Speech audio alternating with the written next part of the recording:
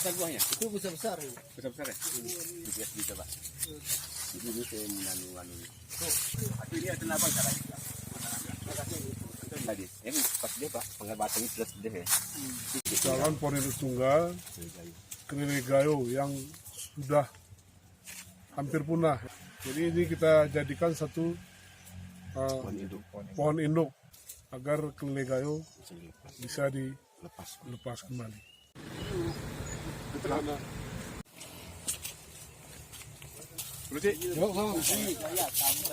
Karena saraun ya Pak. Melihat batang alpukat karena ini kita anggap untuk sementara rasanya paling enak, tebal dan halus.